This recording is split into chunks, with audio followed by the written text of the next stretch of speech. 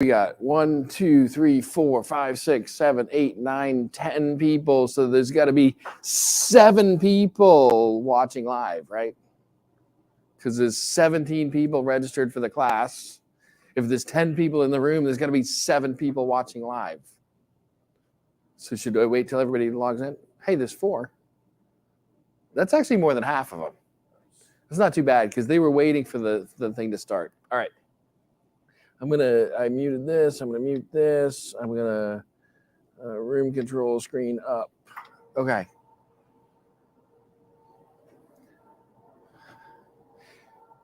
It is super uncool to be the faculty member that doesn't erase the board when you're done. Like, I don't know.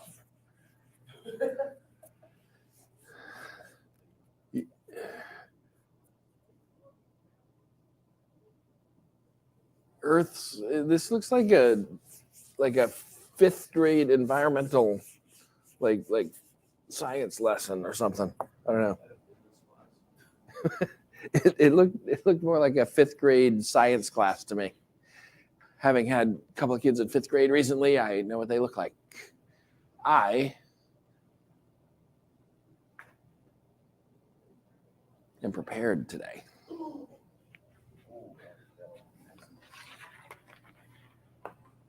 These are, I wouldn't say known to be functional markers, but at least assumed to be functional. All right. So on one of the earlier classes, we talked about what is automation in manufacturing, right? And so computer-aided manufacturing, the whole function of doing computer-aided manufacturing is automating something, right? We're using the computer to help us do something. Today I wanted to talk about small and medium manufacturers. Does anybody know what the definition of small? So we call them SMEs. We call them SMEs, not to be confused with the Society for Manufacturing Engineers. SME is an entity. Does anybody know what the definition is in the United States? Any guesses? All right, so the words mean small, medium, enterprise.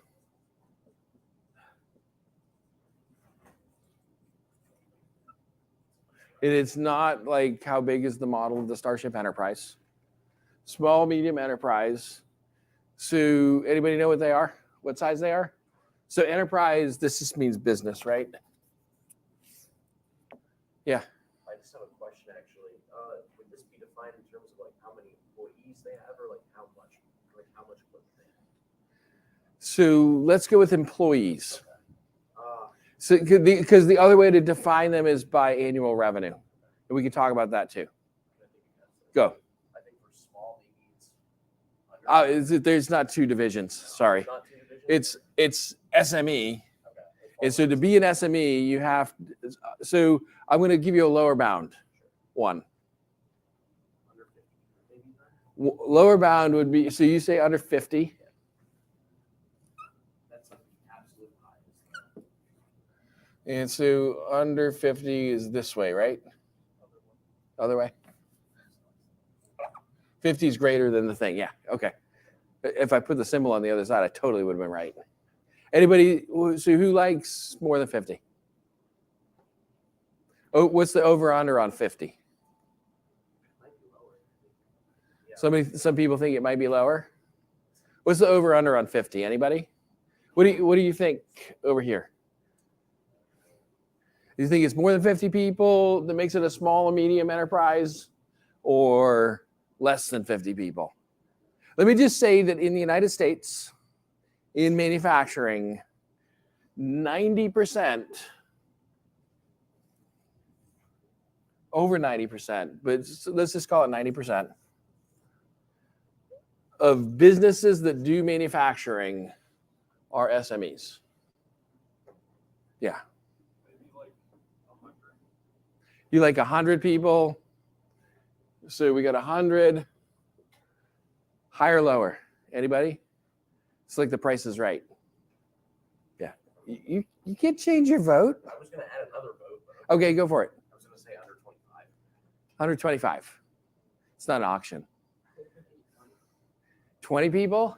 You mentioned that place in Worcester. Probably was a super small company, but they do like mass manufacturing. Yeah. Yeah, so there's broad ranges of these manufacturing businesses. So the SME definition in the United States is 500 employees, $50 million in revenue. And 90% of manufacturing businesses in the United States qualify for this. 500 or fewer employees, $50 million in revenue. That's 90% of the manufacturing that happens in the United States then, right? So anybody know the GDP of the United States-ish? Something like $21 trillion. So of that 21, so how many zeros is 21 trillion? 12. I think it's 9 zeros. That's a billion. I Googled it. All right.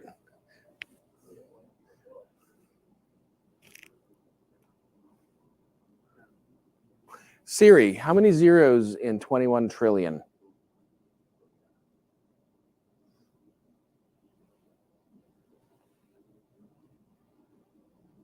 Nine's a billion, right?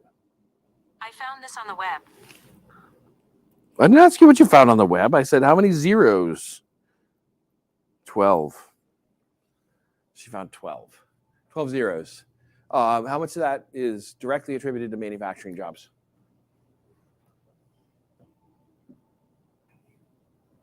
How much do you think? So I would say that most of it, like more than 50%, is because of manufacturing. Because of all the retail jobs and all the other jobs, they couldn't happen if we didn't make the stuff that they were selling. If we didn't make the furniture in the restaurant, you couldn't have the restaurant, right? So I would say that manufacturing is responsible for many more, but directly attributed to manufacturing in the United States. What do you think the number is? He's Googling it. I'm not actually. I'm Oh, you're not? something else. He's doing his homework for another class. No. It's call it 10%. 10% is a conservative estimate. So what's 10% of 21 trillion? 2 trillion? So still a lot of zeros. Yeah. Still a lot of zeros. And what's 90% of that? 1 point something trillion, right? So a lot of manufacturing happens at these small businesses. All right, so why is that important?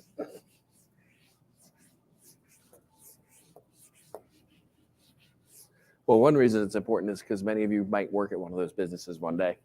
So it might be important to you. But it's what makes our economy possible, right? It's the thing that makes the whole thing work because manufacturing makes everything that we use. Okay, so that's cool. So a lot of money, right? A lot of money, a lot of people. Most of the people that work in manufacturing work at these small businesses.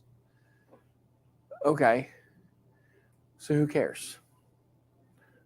So you've heard of SME, right? We just talked about SME. Not Society of Manufacturing Engineers, small, medium business. Who's heard of Industry 2.0? Have you heard the term? Who's heard of Industry 4.0? I don't know why that'll go with 5.2. So have you heard these terms? So who's heard of Internet of Things? We've all heard that. So when I say Internet of Things, what does it mean to you? Smart fridge. Smart fridge. Okay, what else does it mean? Almost anything that connects to the internet that's a device or a thing, or you mean, I guess if it connects to the internet, it's probably not organic.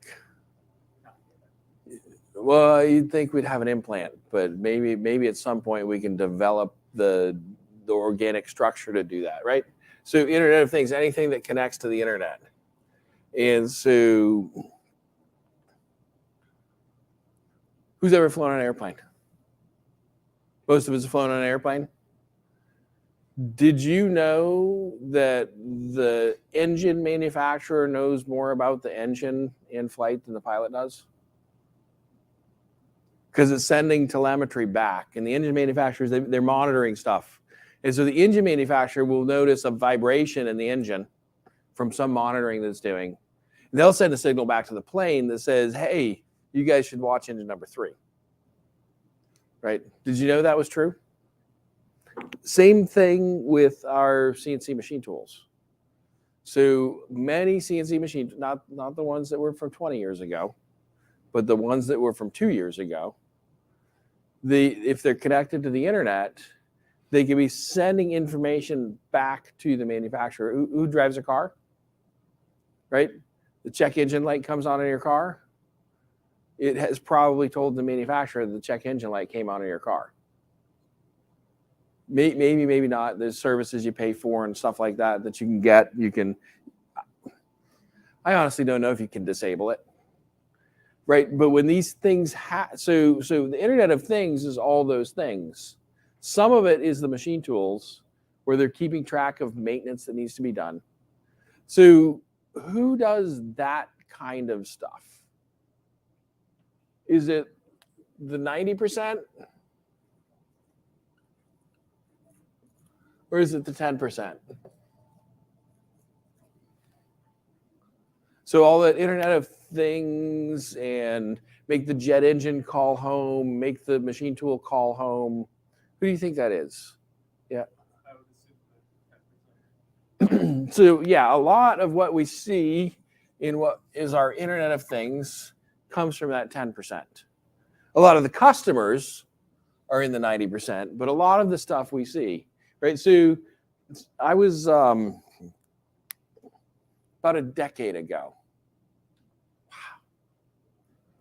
About a decade ago, I was at a meeting in Pittsburgh. As part of a group, WPI was part of the group that wrote this grant to get some funding. And we had just been awarded several $100 million in funding. And so they had the first organizational meeting of the group. The purpose of this several $100 million was to help American SMEs automate with robots. Because, all right, so this 90%, right? Most of these people, how old are they? Any guess? 50. Any other guesses? Did anybody push you to get a good manufacturing job when you were a kid? When you were kids, was everybody saying go down to the factory, get a job? Go work at the Ford plant, get a job? Nobody's saying that to you, right? What did they tell you? Go to college? Yeah. STEM. Right. So for, I don't know, the past 50 years, maybe longer, maybe 60 years, manufacturing as a field of work has had a pretty bad rap. And what do you hear about manufacturing jobs? Like if I said go get a job at the Ford factory, what would you think of? Doing labor. What else would you think of? Yep. It's like working on an assembly line. Who's seen the I Love Lucy clip with the chocolates on the assembly line? No? Oh, this is amazing. When we break, I'll look it up so we can watch it later. All right, so the idea of your parents weren't pushing you. Your parents don't say, go become a manufacturer, right? Your parents say, go become a lawyer or an engineer or something like that, right? So nobody was pushing. And the big companies, this 10%, this skew didn't used to be 90-10. It used to be higher on this side, lower on this side. A lot of these guys started up because they were employees of these guys. And so you work for Ford, and you learn your trade, your skill, and you decide I'm going to go out and start my own business. Well, who's your first customer? It's going to be Ford, right? Because you know those people, and they'll say, oh yeah, we can have you make these seatbelt brackets, and then we don't have to make them anymore, and you ship them to us and be good, right? So that shift started happening over the last 50 years, but hundreds of millions of dollars to help these guys become part of this, start doing their, and not this IoT necessarily, but and those hundreds of millions of dollars were specifically to use robotics in manufacturing, not just automation, because automation means more than just robotics. So, and this Internet of Industry 2.0, 4.0, this is sort of the European Union equivalent of what we talk about, this IoT stuff. They're really just buzzwords, and they're buzzwords made up mostly by academics, by people that work at universities, so that they can talk about stuff and justify getting grants for the, those hundreds of millions of dollars. And anyway, at that planning meeting, there was 150 people there. People from industry, people from universities, people that were actually employed by the industry. So it's a sort of, we have it like sort of a government, so a public-private consortium. You can build a company as a nonprofit, but it's sort of a mix of, it was based at Carnegie Mellon, sort of a mix of the university and industry funding, right? So the employees of this business, and the goal was to spend all that money to help SMEs use robotics to automate. There was nobody in the room that worked at an SME, except for me, because I owned one. But I wasn't there to represent my business. I was there to represent WPI. So in reality, there was nobody in the room that was a potential customer of the things we were deciding what to do with them. And so, and the reason, well, there's a bunch of reasons.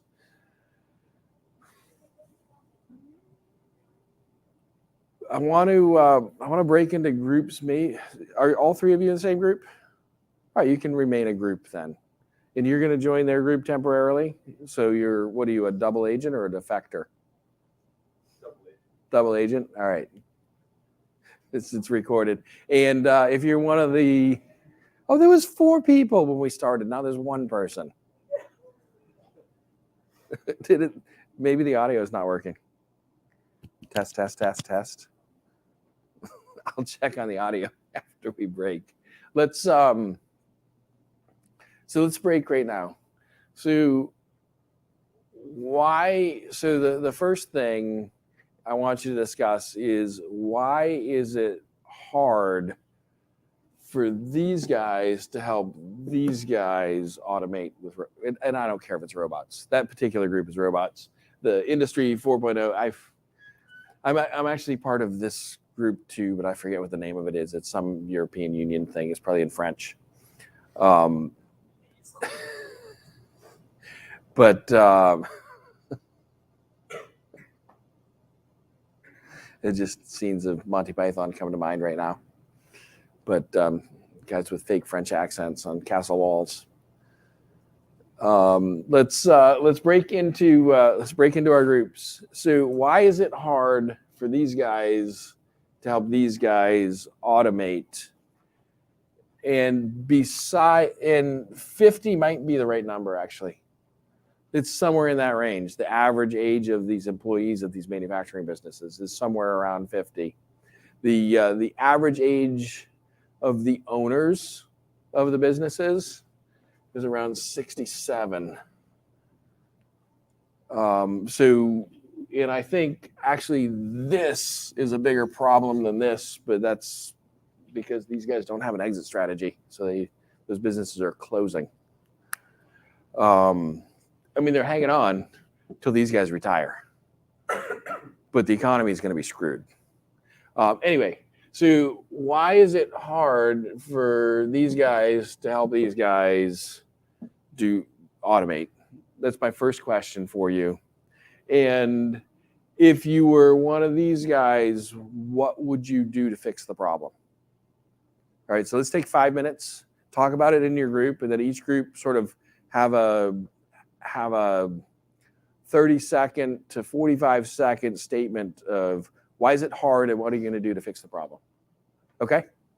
All right, and I'm going to check to see if there's any audio on my thing.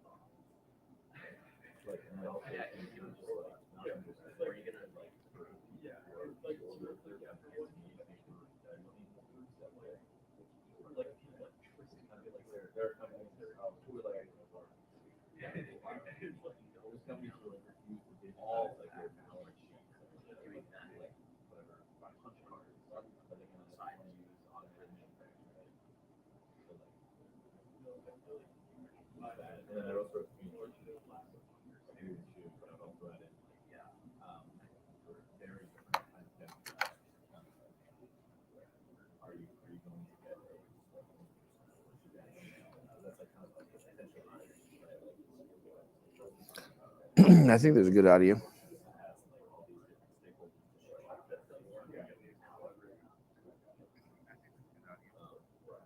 I wrote those two down and for fix.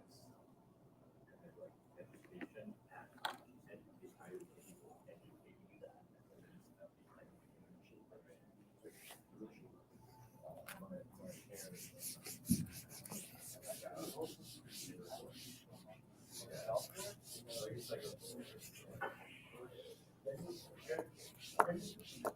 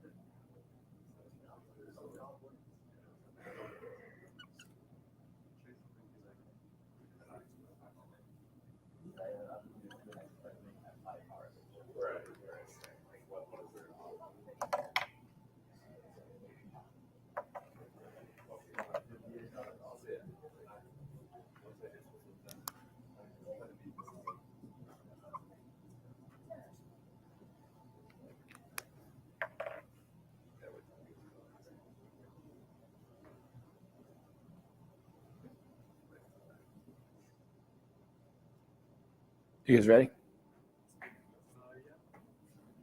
All right. So I always start at one of the ends, right? Let's start in the middle. I can't tell who's ready to catch it. You're not ready to catch it because you're looking the other way. So we kind of discussed about this, kind of education and kind of likelihood, willingness. What about the automation? So education of the potential automator, right? So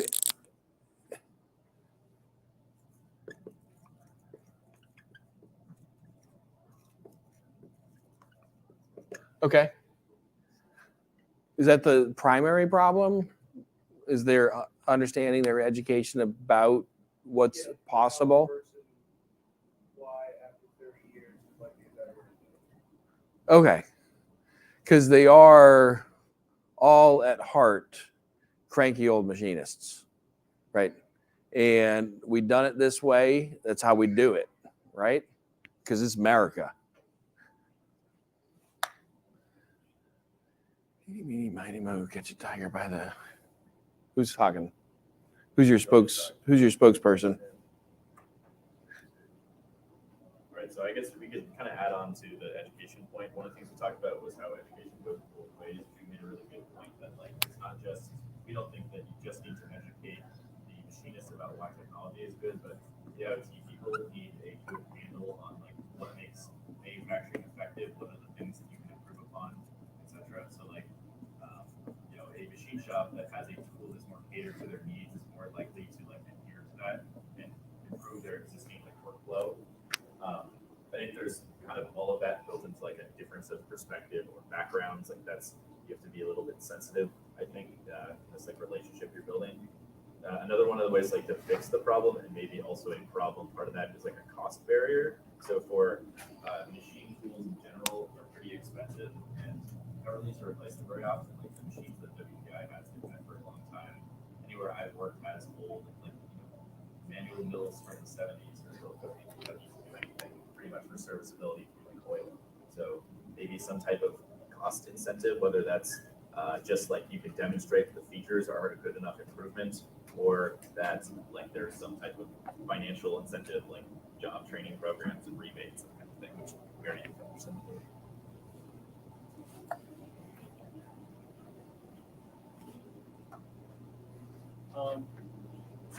Yeah.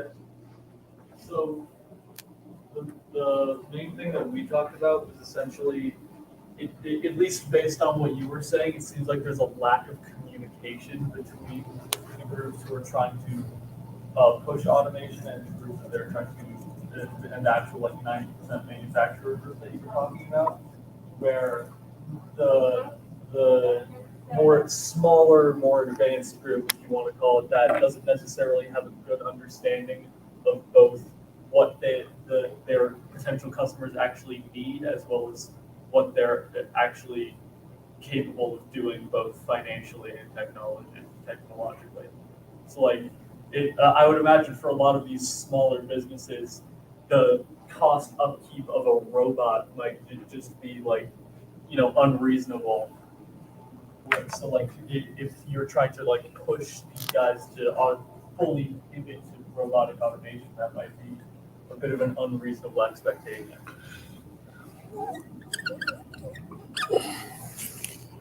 All right.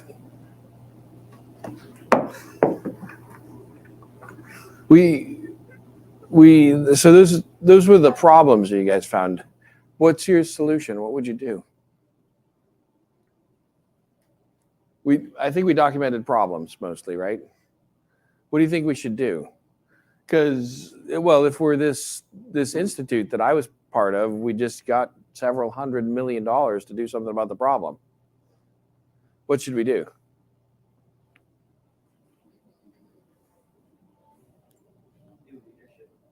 New leadership? Fire everybody? No, not fire everybody, but like Just fire the people we don't like. get people like new ideas, like how to do it. New leadership, new ideas. Where? All right, so we've got SMEs, right? These are the 90% people. Right? So these are these small, less than 50 employee businesses. Many of them have less than 20 employees. But SMEs, less than 500. Oh, of the 90% with less than 500, I don't think I shared this statistic. 80% of those have less than 50. So 90% SMEs, and what do we got? What do we call the other group? Big manufacturing forces. And that's 10%, right? So we get the SMEs and the BMFs, right? So you're talking about changing the leadership or changing the people. I mean, I glibly said let's fire them, but restate. Who was the one that said let's change something? So it's like integrate someone like anywhere. Like So more idea like how to integrate automation and be able to do everything. all right, where? So we've got to hire the person, right? So we're gonna find. We're either gonna hire them or train them, right? We could take somebody and we could brainwash them, right? If you've seen the Manchurian Candidate, you know how that works. So we could find somebody, we could brainwash them or train them. Who's gonna do that? Who needs to do it? Yeah. High schools, High schools. like you could put funding towards high school shop programs that. All right, so we should spend money. Yes. Spend money.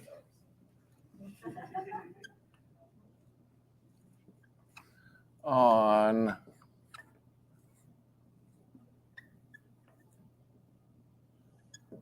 okay.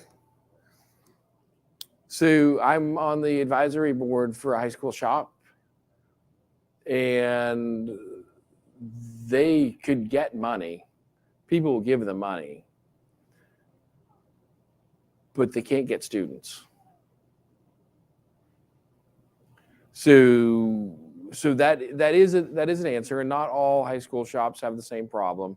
And if they don't have enough students, they can't use the money to hire teachers, because if there's not enough students, we're not going to hire another teacher. But if you suddenly get more students, you need another teacher, and now you can't hire one because it's the school year. So there is that chicken and egg problem there. So we can spend money on high school shops. And so who's going to do the spending? Ignore the fact that there's hundreds of millions of dollars worth of government money available.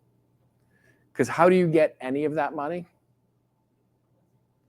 Well, there's the requested part. You have to have a project, has to get approved. It's actually from that particular batch of money was from the DOD.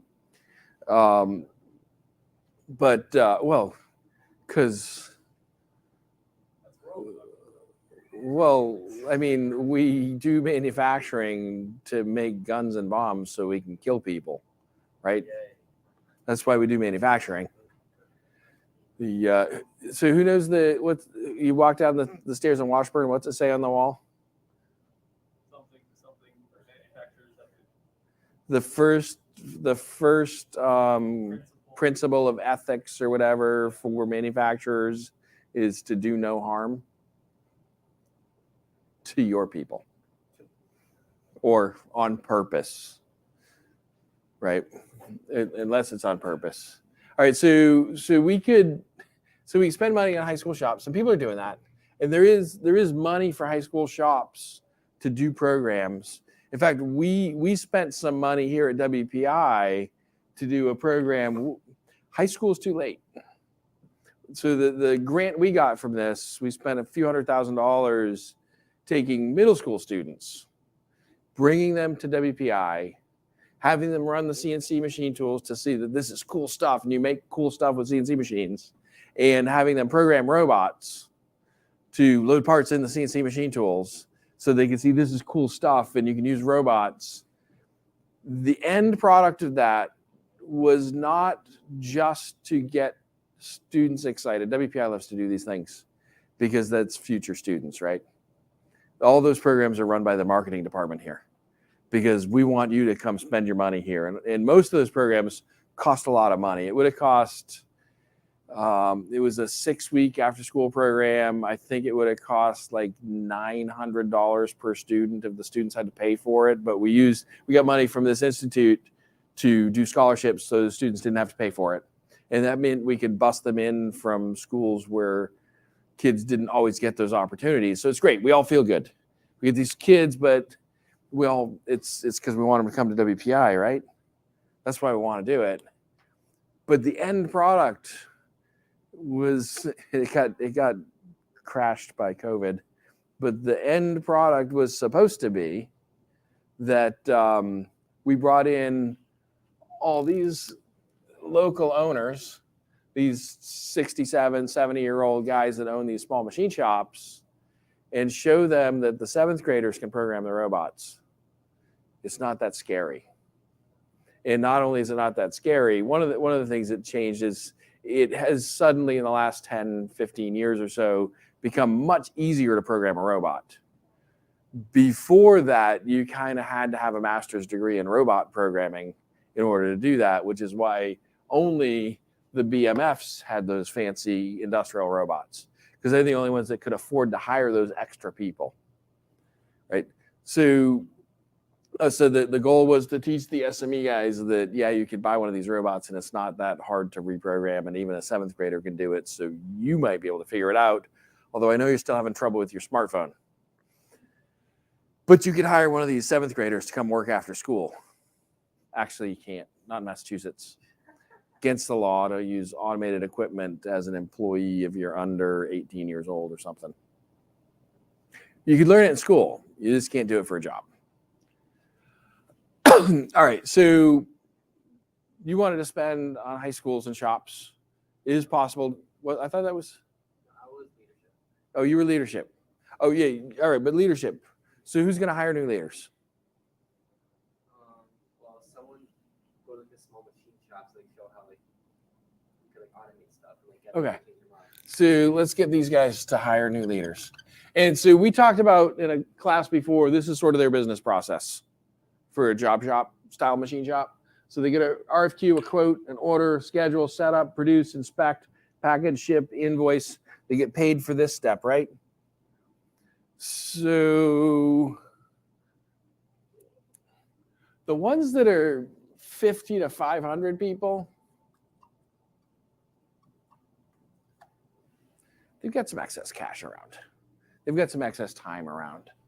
The ones that are 50 to 1 people are always on the verge of being 0 people.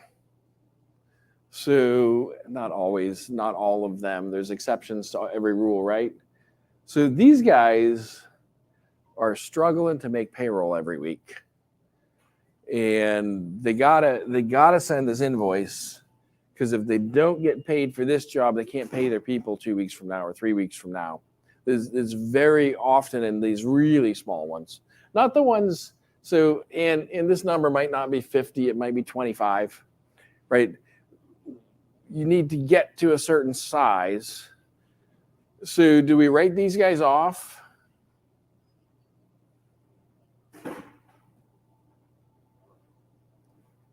Oh, so I had another observation from that meeting where I was the only person that was part of an SME, although I was there representing WPI, not the SME. I can't forget that I own a business though. So my other observation, I went to actually several meetings with this group, and we got a grant funded by the group.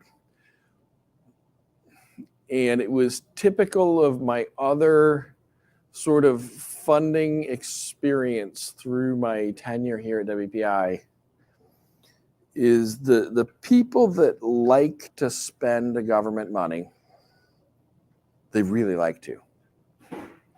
And you can get addicted to it, right? It's kind of like cocaine, right? Or that first cigarette or that first gummy.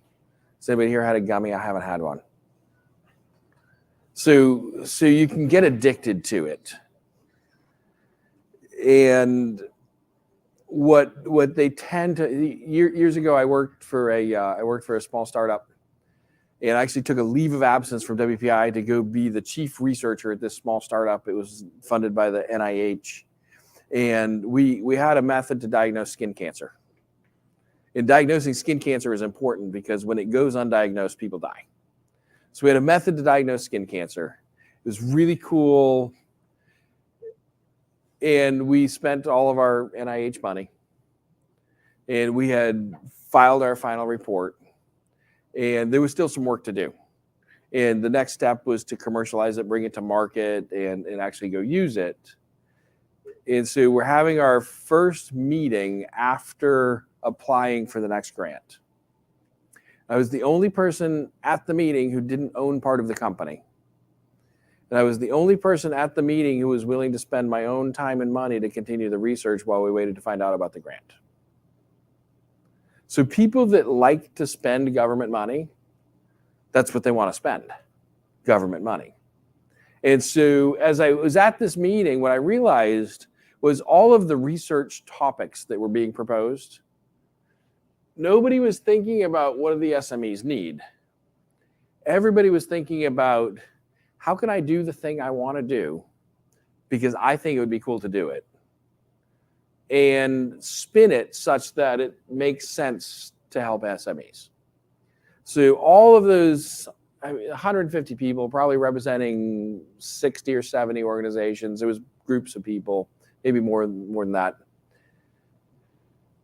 Everybody really was worried about how do I get some of that for me? And I think that's one of the problems with that government type money is everybody's thinking, how do I get some of that for me? And not what's the purpose of the grant and how do we best use it? So I was turned off partly from that one meeting. I was turned off on the whole idea of government money to do stuff like this. But anyway, we do need to spend money. You can't do it without spending money. It's going to have to be the BMFs that spend some money because these guys don't have a lot of extra money. You know, they got money to go to Florida for a week. They don't have corporate jet money. These guys have corporate jet money. These guys have, you know, take the red eye to go on vacation money. And so, but you're right. We got to have better leadership. And the small, medium manufacturing companies that don't invest money in these new systems and these new processes are going to just be gone. Because there is no stream of new employees coming into them. Their employees are 50-ish years old. Their owners are 70-ish years old. And many of those 70-year-old owners are just waiting for their 50-year-old owners to retire so that they can retire. And they're not doing anything to modernize the business. The ones that are modernizing are spending a lot of money. There's a lot of debt available. They're doing that. All right. So you want to spend money on high school shops. You want to invest in leadership.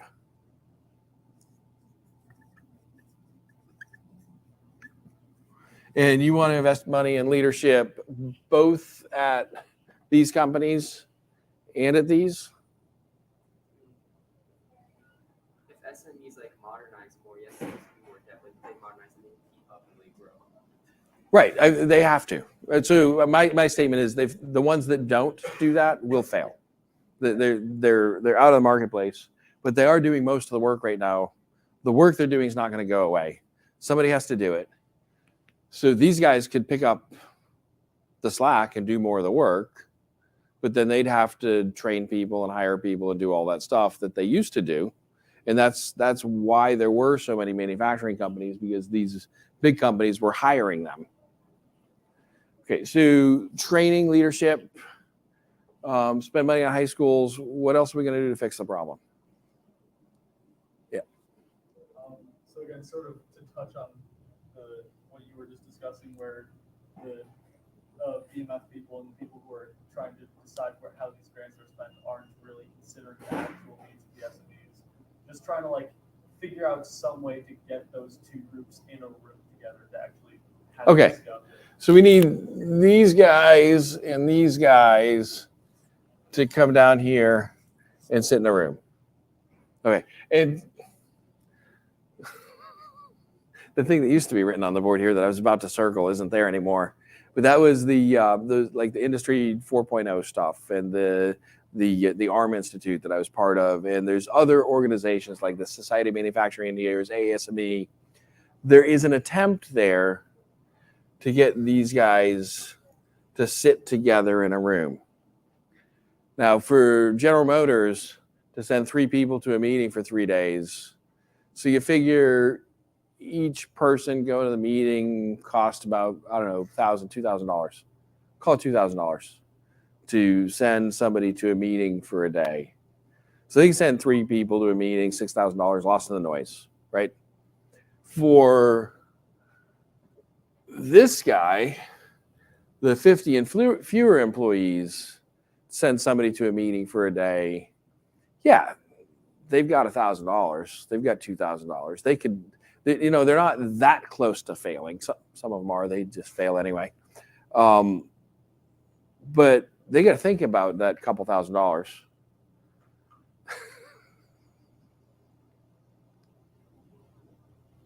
I was meeting with somebody a while back, and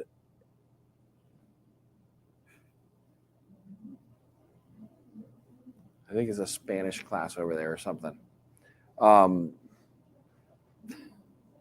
Anyway, they had one of the co-owners of the business wanted to get a new laptop, and so who's ever bought a new laptop? Right? Yeah, so there was a big struggle at the business. And they were in this range, right? There was a big conversation in the business about whether or not it was worth spending $2,000 for the owner of the business, for the co-owner. He owned 10% of the business, for him to get a new laptop, right? So they have to think about all that money they spend. So what's the cost of sending somebody to a meeting? And how long are we gonna have to do this? Get together. It's not just one time getting together. It's not going to work, right? You can't just fly everybody to Vegas, everybody sit there, have a meeting, and then everybody goes home and it's fixed, right? So you have to do this over and over again repetitively to get people to communicate better.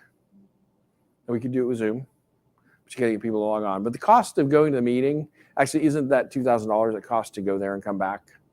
It's the cost of not being at work. The cost of not being at work is way bigger than that. But yeah, so we've got to be able to communicate more. And the good news is that these guys are their customers, right? So these guys are doing work for them. So you want to communicate well with the people that you're doing work with. And so the BMFs have to spend more money investing in bringing the SMEs up to a higher level if they want to do this. The SME guys have to understand that automation is not scary and that there's things you can do that are not as expensive as you think they will be. All right, so we're at 10 o'clock. I want to break into the groups again. All right, so and we did with our groups before. We talked about, out of this list of things, what would you automate first? Is that true? So if we want to automate it, so let me red circle. So go from the quote to the order to the schedule to the ship and invoice, right? So we said that those things that are in red, there's software solutions to help us with that. And so using that software to automate those things, and maybe not the quote, maybe the quote is separate. I mean, there are software solutions for that.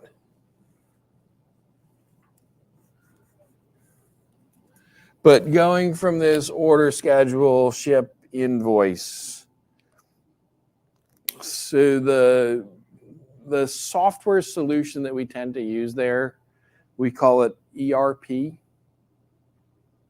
And so in your group, everybody's got a computer or a phone or something. In your group, each group put together one slide that defines what an ERP system is and how a small business could use one. You can have 2 slides. All right, 10 minutes. So 10 minutes.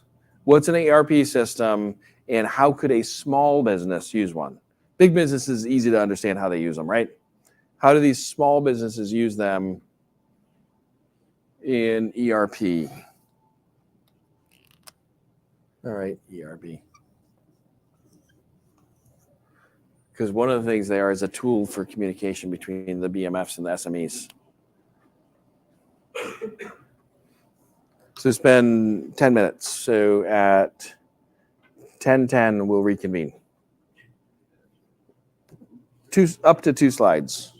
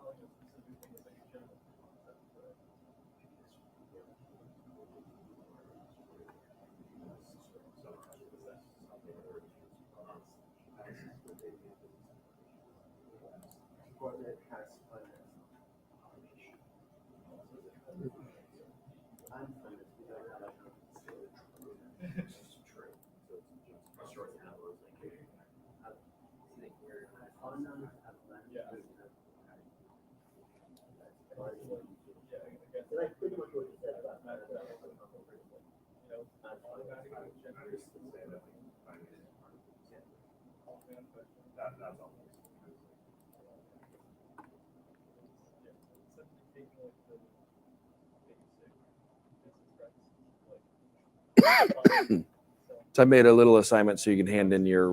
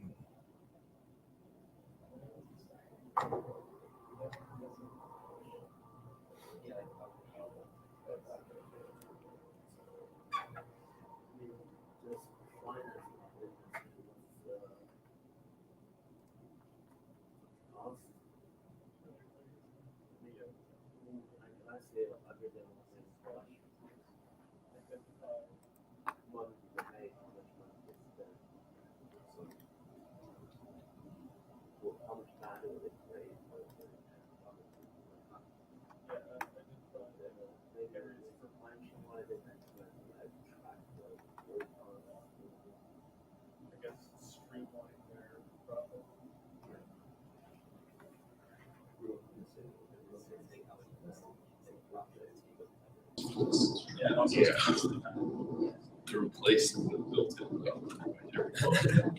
We started banner. Presumably, at least that's what it says. We don't necessarily remember that. So,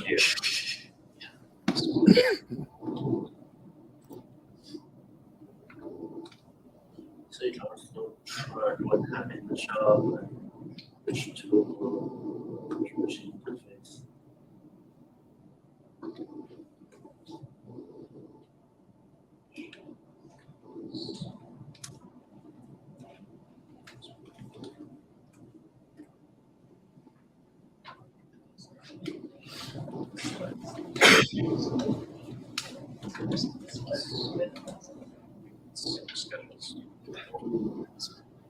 Definitely, they can like have a database of what the jobs they had and see what kind of job they had for the same bullet point, financial aspects. I believe that's part of the aspect with the database of operation history.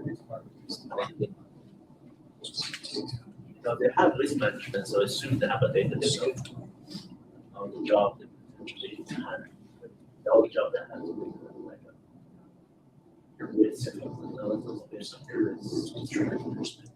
Make a budget out of. So, big spreadsheet.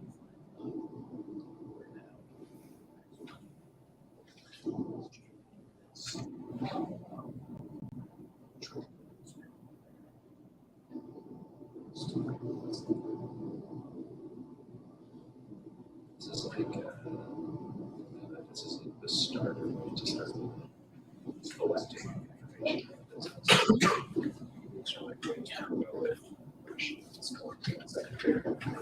So this is like smallest coverage. Start. That's what. But it's more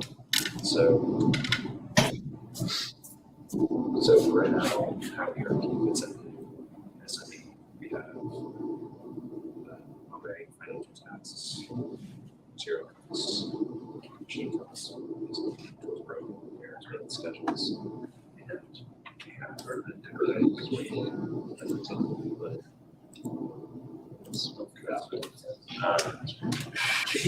not valid.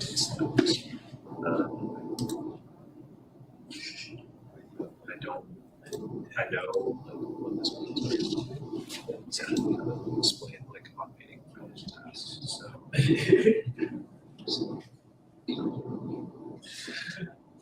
right.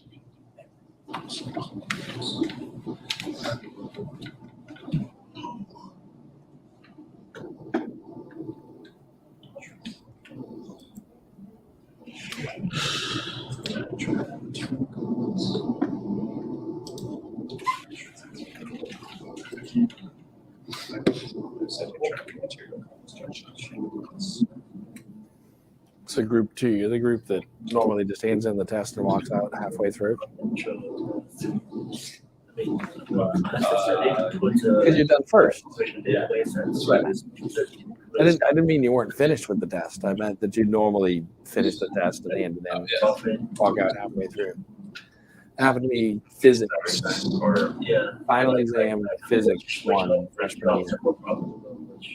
I finished it in like 15 minutes. I flipped it over and went through all my grades on the back for the term, and I was like, oh, yeah, I could pass the class. I don't have to hand this in. No, I handed it in. But I got 1 point off. And I was pissed.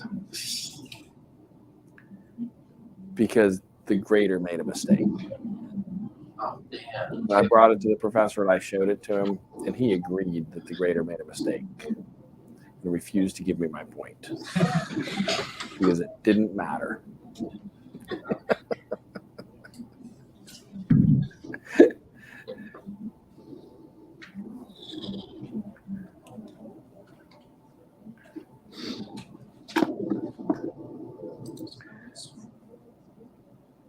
Hey, which group should I not be looking for?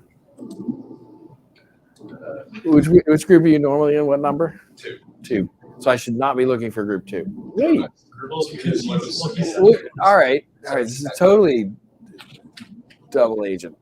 Yeah. Totally double agent because he took your hard work and gave it to his group. So which group should I not be looking for? 4. Okay.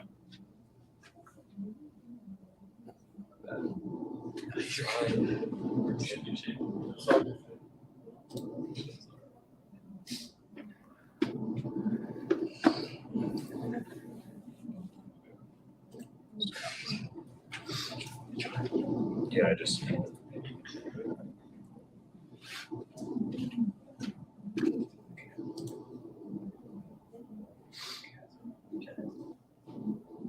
I offered 2 slides. You delivered. You guys ready also? Yeah, we're good. Okay.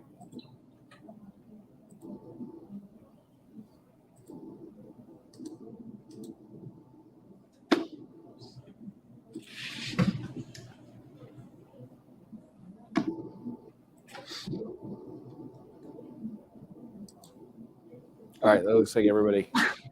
All right, group 2. I'll put you on the hot seat since you're the only person here from group 2.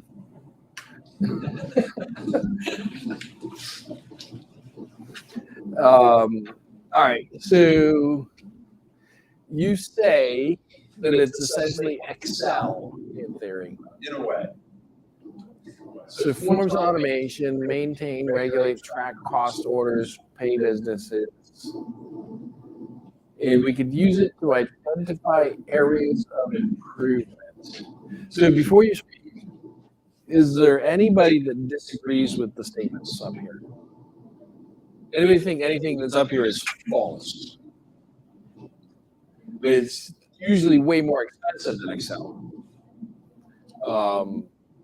But I agree that you could build an ERP system with a set of Excel spreadsheets and or Google Sheets or whatever. I think Google Sheets would be better just because of the way they share. But so you could definitely build an ERP system using a database program like Excel. So how am I going to use it to identify areas of improvement? Nobody said you were wrong, by the way. The rest of the class agreed. Or they were too tired to speak on Monday morning.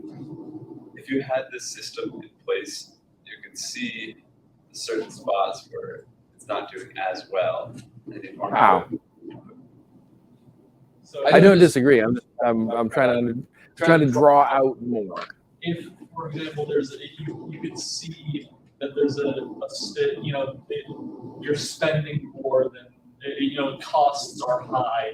And so if you notice, or for example, if there's a certain time period where things become more expensive, you could sit, and that happens once a year, there's a certain Okay. month where expenses go up. But I don't really need ERP to do that. I have QuickBooks.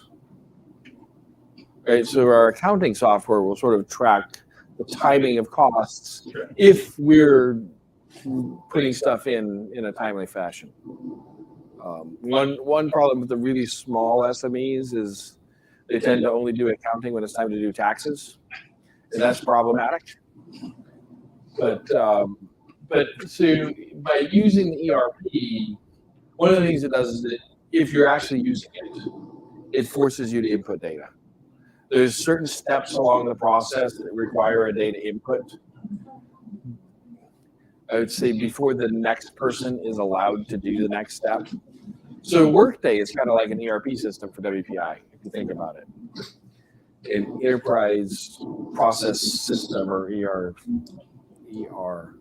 What is it? Did anybody say what it stands for? Enterprise resource.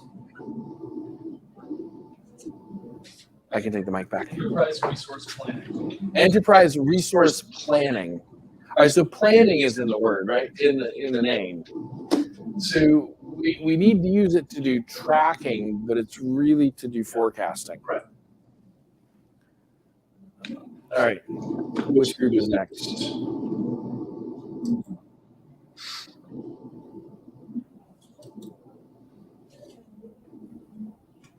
Group 3.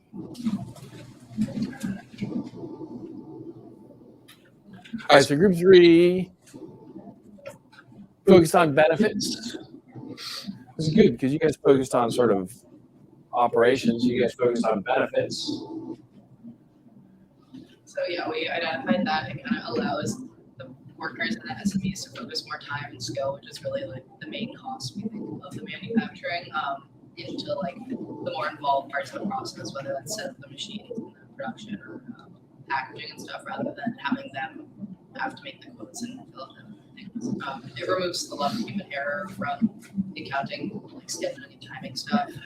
As if you're just putting in the basic information and return it back to you without you putting in oh, this is when it should be finished at home for that view. And it can really be customized as the company needs. So whether it's the 500 person SME or the 212 person, it can be adjusted so that they're the ones inputting the information information based on their company. And it's just really a way to like keep really good records for the whole company so that when they're looking back at their information or maybe taxes or any type of like updates for manufacturing, they have it all listed in one place rather than a couple bunch of like Excel files or Google Sheets that are difficult to deal with.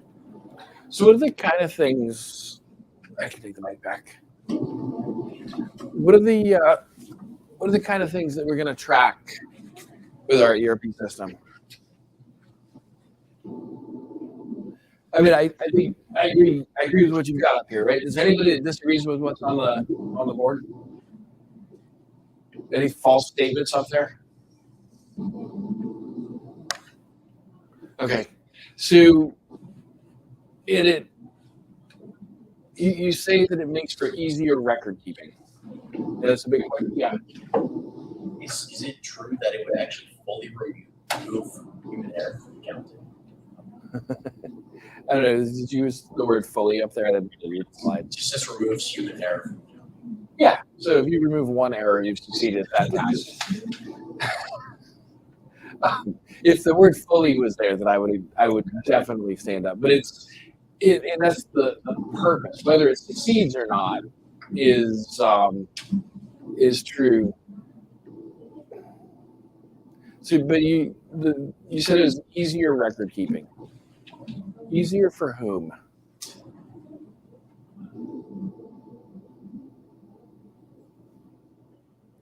I would say the employees. So then, when Which employee? like at least for example, like the company, like my internship, they would have a lot of like their old CAD files and like revisions of parts on their like. I should give you the mic back. You have a lot of detail. So yeah, the company I worked at, like for my internship last year, they had a lot of their old SolidWorks files and revisions and drawings on it, and so they could look back at their parts as it changed throughout like, the weeks or whatever, whenever they made edits to it, and say like these are the exact things that changed. This is exactly when it changed. Maybe notes for why it changed, and then like whether like, it was a different stock material that they'd make it out of, like the cost of that stock for manufacturing it. So then looking back at it, you have like a really really neat record, and anyone can access that. It's not just on whoever's computer it's saved on. And so out of curiosity, roughly how many employees did the company have? 15 maybe. 15. Yeah. So you certainly can use an ERP system well at a small enterprise. And it sounds like they were using it very well. And so who inputs the information about the stock or design changes or setup changes?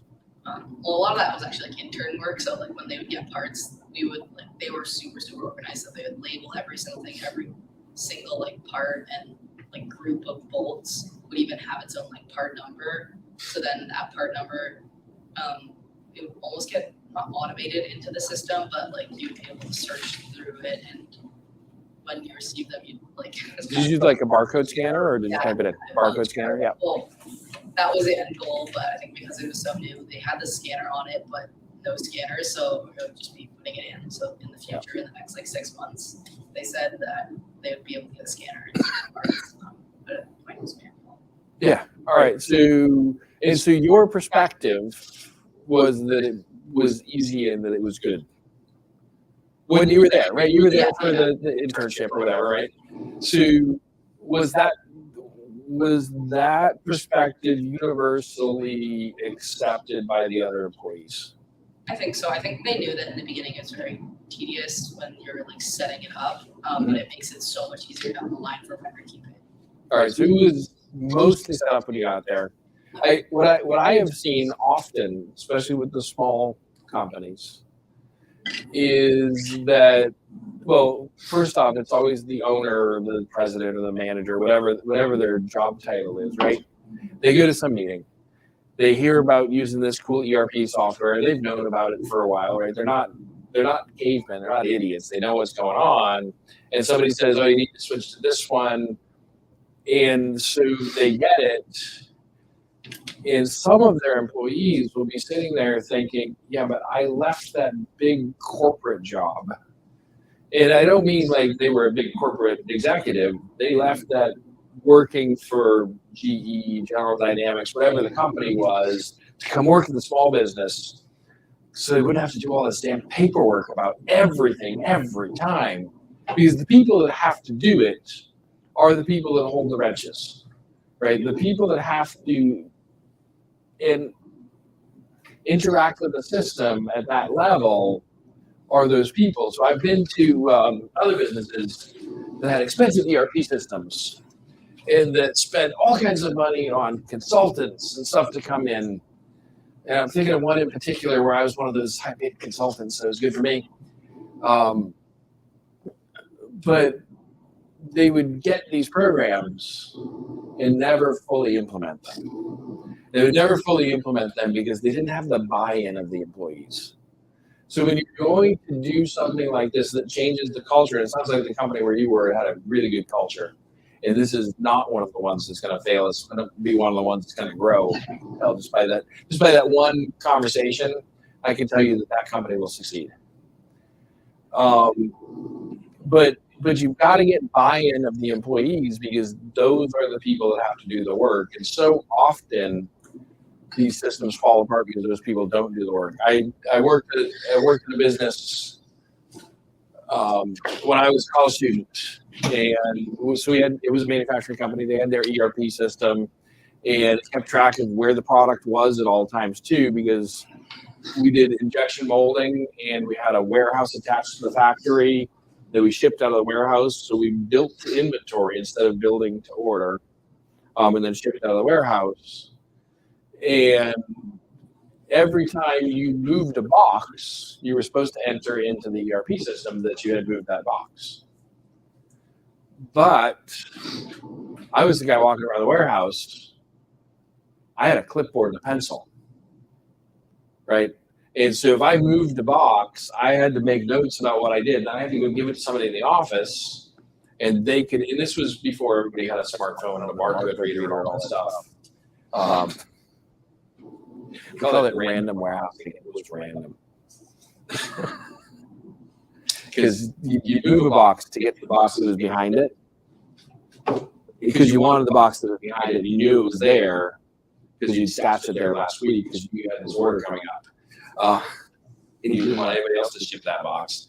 But no, it was, so it can be difficult. The new technology is coming out, makes it a lot easier to implement that stuff. All right, I gotta switch the slide, right? Group Uno. How come both of my kids are studying Spanish right now, and neither one of them will talk to me in Spanish? And I know Spanish. I know taco. I know burrito. I know cerveza. I know uno, dos. How come none of my kids are talking to me about it Spanish? No idea. Probably just don't want to. All right, so what do we got? So we basically said that enterprise resource planning was software that organizes projects or tasks for day-to-day business operations, whether it's on the financial end or supply chain, et cetera.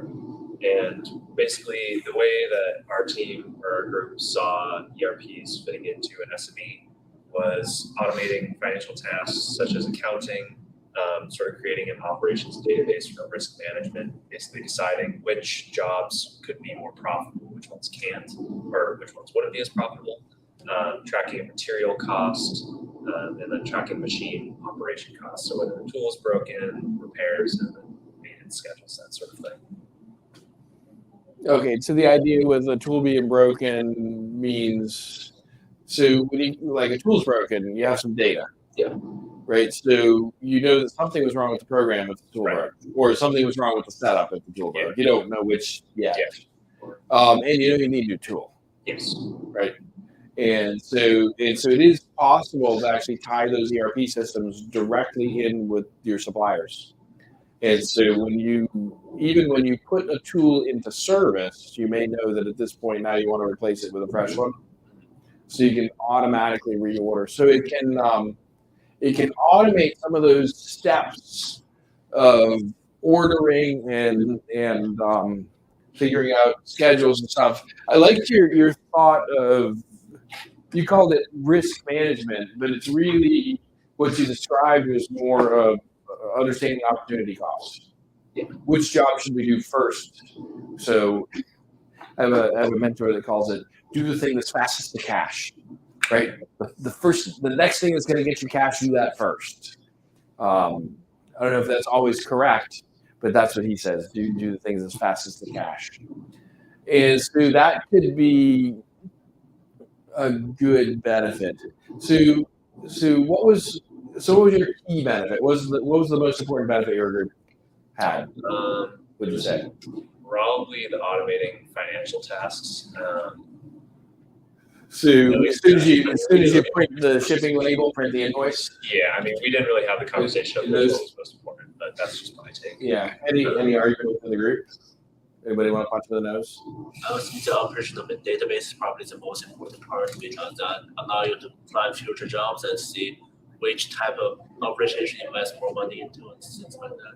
Okay. It's a group 3. What do you think your most important task was? Or most important, what's the biggest value to the manufacturer? So what you talked about from the company where you worked at, it seems like it's that process planning. So when it's time to do this job again, you can go back and look at what did we do last time and have all that information in one place. I remember I've been to businesses to drop off or pick up parts that I was getting made. And I always loved it when I went there. It was a repeat job. So I'd done this job before. I went there and I said, yeah, I got to drop off these. And they could pull up on their computer when I was dropping off the pieces and show me a picture of my part. Right. So they remembered what they did last time with my part. So it's going to be easier to do the same thing. This was with a plating company. So I was dropping off parts and they were giving them back to me. What do you think the most important thing was in what's the most important thing an SME could use an ERP system for? Be able to grow. Grow what? Like As a company, improve, make more. I mean, the goal is to make money as a business, but find holes in their systems that can be improved. Not necessarily holes, but certain areas that can be improved upon. Inefficiencies, maybe. to understand inefficiencies. And so we find inefficiencies and we delete them. It's really a way of removing waste in our process. And that's one of those lean manufacturing concepts. We want to reduce waste, right? And so it can help us identify waste if we understand the data, right? So it's, and I think what you're talking about is great to put in a marketing brochure when you're selling ERP software, right? I think that it's not just the software that does that, right? Because there's no AI built into it. Or actually, I bet you somebody's got an ERP package right now that claims to use an AI. Whether it does or not, I don't know. But I'm sure it does. I'm sure it does. It uses an AI to write the poetry of the reports that it outputs. Okay, so I actually think, let the screen go up for a minute.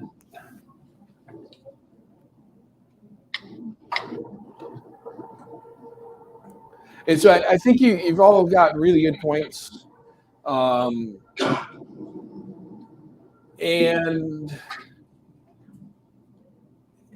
every company, whether they're big or small, has an enterprise resource planning system. It could be a series of Excel spreadsheets. I visited one business once where it was 45 feet of 3-drawer file cabinets, right? Because it was all paper. The business was founded in the 1800s.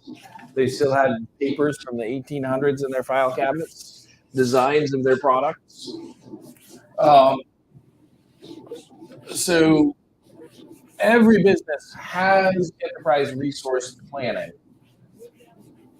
We use the software. I think the hard part is getting the employees to buy into using it, because it's the employees that have to do the steps.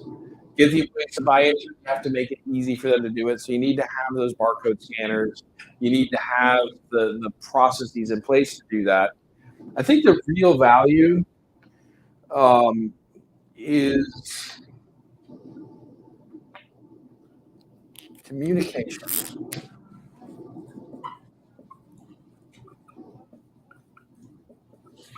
And I think ERP software is just a communication tool. It's a tool that allows management to talk to the employees. It allows the employees to talk to management, right? So a lot of times it'll show up on your screen or whatever, your dashboard. A lot of times it'll be a dashboard. Different people in the company have different dashboards. It shows the important numbers to them. But what'll show up, if you're the production person, is what will show up is what parts you're going to be working on, where the stock material is, where the tooling is, what the tooling is, those kind of things. And as you're working on it, if you're inputting the information, it's informing somebody up above who's looking at the data. And so you're spotting inefficiencies. In order for that to work, somebody up here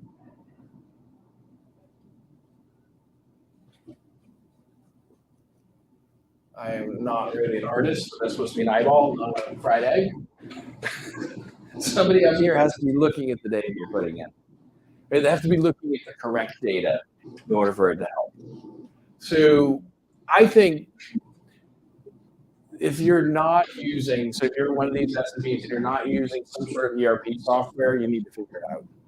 And you need to figure something out, because I think that's the easiest, it's the lowest hanging fruit, it's the easiest thing for you to automate. Like the minute the shipping label gets printed, the invoice should get printed, right?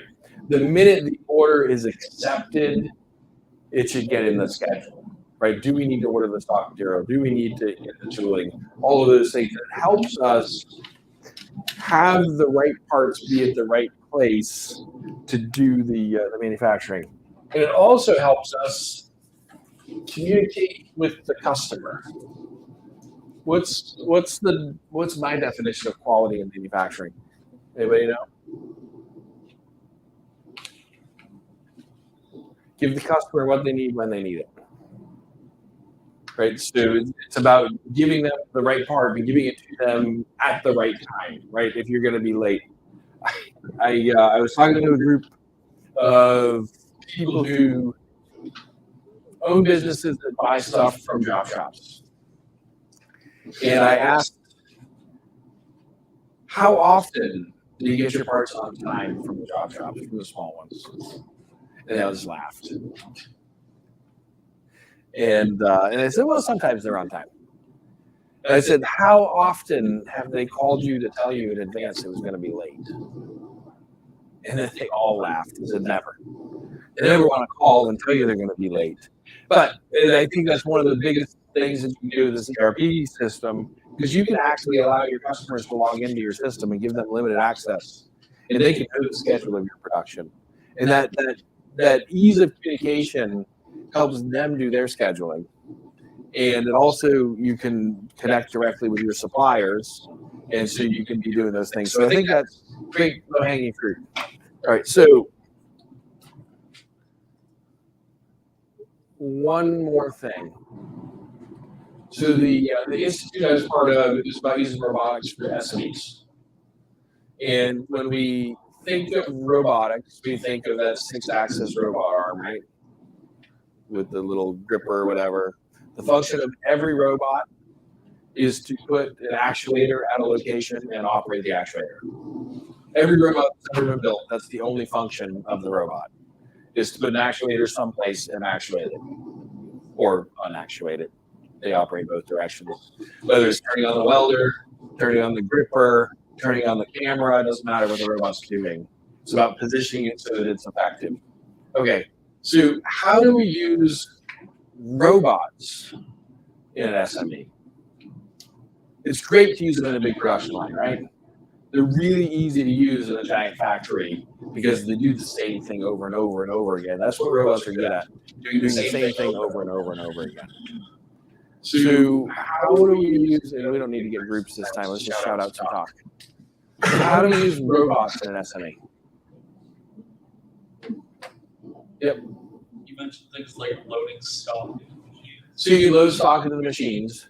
The problem is not all the stock looks the same, right? And so that's the hardship with loading stock into the machines. Yeah. I was gonna say transporting it from one area to another. Moving stuff from one place to another. Just Hold your thought. Years ago, I was moving from one house to another, and I had, of course, my friends come help me move because that's what you do. And one of them said, you know, we should just build a conveyor belt between this house and the other house. And my manufacturing, and so I was a mechanical engineer. My manufacturing engineer friend looked at him and says, well, that's just automating waste. We should move the houses next to each other. Right? So that transports, but it does. So at least getting the human out of that wasted path is valuable. You had a thought, though. Yeah, Packaging, right? So it's great, nice to have consistent packaging. You wrap the tape, you wrap the bubble wrap, all those things. And it doesn't have to be that 6-axis robot that we picture, right? So so when you're palletizing stuff, you stack the stuff on a pallet, put the pallet in the center of this little robot, and what all the robot does is senses whether there's a pallet there, whether it is, I suppose it senses whether there's a person there too. I hope so. And then it wraps the shrink wrap around all the stuff on the pallet. You say that's not important, right? You can have a guy do that. I once had to get knee surgery because of doing that. I mean, granted, the knee was already screwed up, but it was the thing that put me over the edge, was the bending down to get the bottom of the shrink wrap. What else? What else could we use? We'll get back to the pick and place and the loading machines. What else? What else can we use a robot for in our SME? Yeah. Cleaning. So, who's got a Roomba? Anybody? You do? So there's a commercial version of that that can go out and clean shop floors and stuff like that too. So you can use them for that kind of cleaning and maintenance stuff. What else can we use a robot for? And you'd say that's not important, but if it's not the Roomba doing it, it's going to be the CEO. Or a cleaning company you hire. Quality control. Quality control. So you can use robotics and automation in that inspection process, as long as you've got. But the issue with quality control is similar to the issue with part loading. Is not all the parts are the same. So how do we overcome that problem? And the reason why small machine shops didn't have robot arms is because you had to have that guy with the master's degree to go program the robot. And every time you change the job, so you could hire them as a consultant, right? They could set up a line for you. Every time the job changes, you need them back. So how do we overcome that? And what has changed recently that makes it easy to do? Anybody? Yep. So you could have the guy as a consultant, you mean? Yeah, it's still expensive, especially the ones that are working remote. Google it, yeah. So one of the things that's changed in the last 15 years is that those robots that do that kind of pick and place and part loading, the high level languages that do the programming. So at the low level, they're still doing linear algebra, right? They're still trying to figure out, are they going to be in a place they can't get out of? But at the high level, you can do things like press a button to release this joint and move it over here and say, all right, that's point 1. And then release these joints, move it over here. Okay, that's point 2. And so you could, with your hands, move the robot around and say what it needs to do. And so the ease of programming has made it so that you don't need a special person to program that robot anymore. And And most modern machine tools that you buy have robot interfaces built in so they can talk to the machine tools. So it's getting easier and easier to do that kind of programming. The robots themselves, I mean, you can get a full system for $35,000 without getting it from China to do those kind of things. The Chinese ones are even cheaper. And it's easier and easier. We've got to overcome, it's that mindset of the decision maker. It's, I think this was your group, right? Your leadership idea. It's that mindset. We've got to overcome the idea that it's too expensive and too hard. 20 years ago, it was too expensive, too hard. Today, it's not too expensive and too hard, so they need to be doing those kind of things. We'll get a couple minutes left. Anybody have any group project stuff that they need to discuss?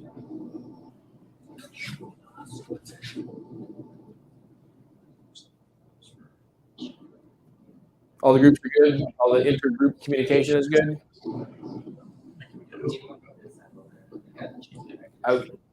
Outstanding. You look like you want to say something. Go.